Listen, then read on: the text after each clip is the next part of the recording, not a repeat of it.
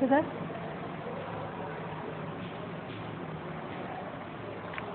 ठीक है ना। Hello students, class 7।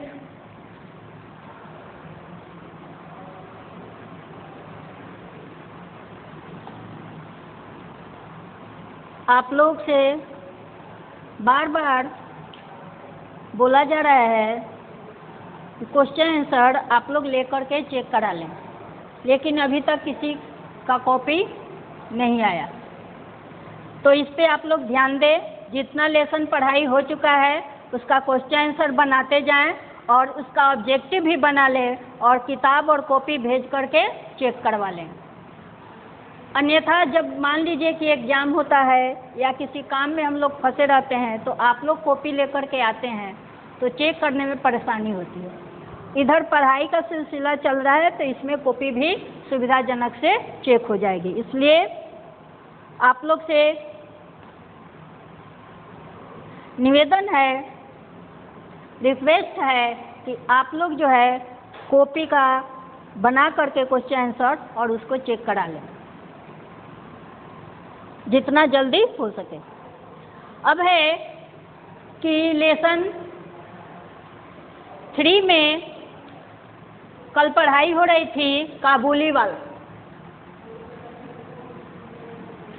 शीर्षक का नाम है काबुली वाला और लेखक हैं इसके रविंद्रनाथ टैगोर जी।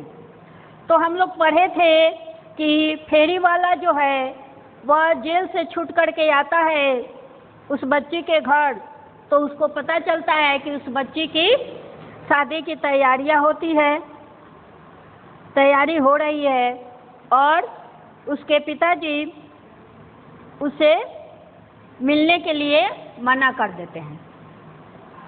तो इस पर वह फेरी वाले को बहुत दुख होता है, फिर वह कुछ बोलता नहीं है और वापस चला जाता है। थोड़ी दूर जाने के बाद फिर वह वापस लौट कर के आता है और कहता है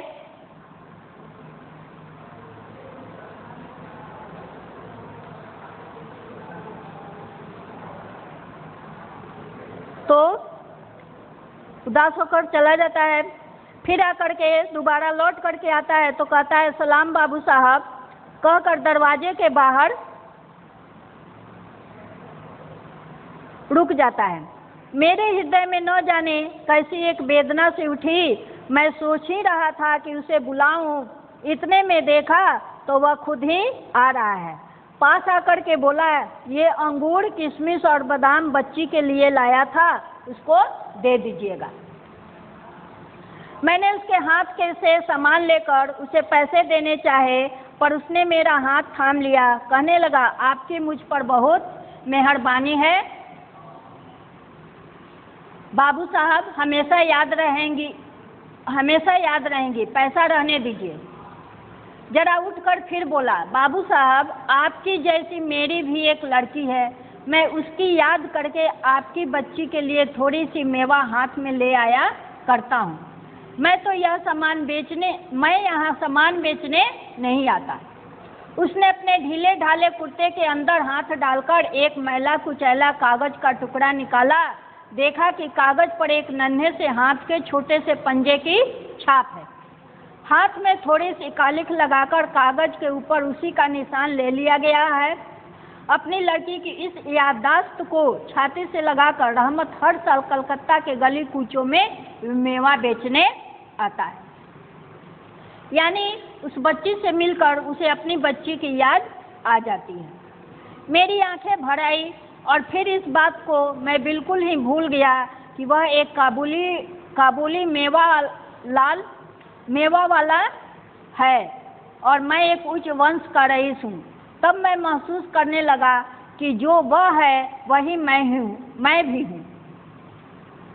वह भी एक पिता है, मैं भी एक पिता हूँ। उसकी पर्वतवासिनी छोटी सी पार्वती के हाथ की निशानी ने मेरी ही मीनी की याद दिला दी। मैंने उसी वक्त मीनी को बाहर बुलवाया। ब्याह की पूरी पोशाक और जेवर गहने पहने हुए बेचारी वधू वेशनी मीनी मारे शर्म के सिकड़ी हुई सी मेरे पास आकर के खड़ी हो गई। उसे देखकर रहमत काबुली वाले पहले तो शक पका गया। उससे पहले जैसे बातचीत हो पाई, बाद में वह हंसता हुआ बोला, लल्ली सास के घर जा रही है क्या? मीनी अब सास के मायने समझने लगी है, लिहाजा अब उससे पहले की तरह जवाब न दिया गया। रहमत की बात सुनकर मारे सर में से उसका मुंह लाल हो उठा। उसने मुंह फेर लिया। मीनी के चले जाने पर एक गहरी सांस भरकर रहमत जमीन पर बैठ गया। शायद उसकी समझ में यह बात एकाएक स्पष्ट हो उठी कि उसकी लड़की भी इतने दिनों में बड़ी हो गई होगी। इन 8 वर्षों में उसका क्या हुआ होगा कौन जाने। यानी 8 वर्ष से वह अपनी बच्ची से बिछुड़ गया था। मैंने 50 रुपये का नोट निकालकर उसके हाथ में रख दिया। कौन? उसके पिताजी। मीनी के पिताजी ने उसके हाथ में 50 रुपये निकाल करके दिए और कहा, रहमत तुम आज अपने देश चले जाओ, अपनी लड़की के पास। तुम दोनों के मिलन सुख से मेरी मीनी सुख पाएगी। रहमत को रुपये देने के बाद ब्याह के हिसाब में से तुझे उत्सव समारोह के 1 अंग छांट कर निकाल देने पड़े। जैसी मन में थी वैसी रोशनी नहीं कर सका। अंग्रेजी बैंड बाजे भी नहीं आए। घर में औरतें बड़ी नाराजगी दिखाने लगी। सब कुछ हुआ, फिर भी मेरा ख्याल है कि आज एक अपूर्व मंगल प्रकाश से हमारा वह शुभ उत्सव उज्जवल हो उठा। यानी कहने का मतलब है कि उसके पिताजी की अपनी बेटी की शादी में जो कमियां थी वह कमी उसे दिखाई दे रही थी, फिर भी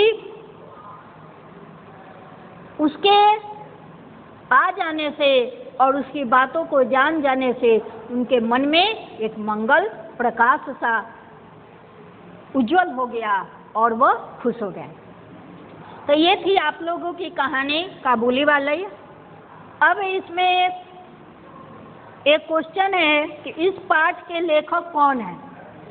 तो उत्तर तो हम लिख चुके हैं। अच्छा, अब आप लोग क्या कीजिएगा, इसका क्वेश्चन आंसर बना करके ऑब्जेक्टिव भी बना लीजिएगा और कॉपी जरूर चेक करा लीजिएगा। धन्यवाद।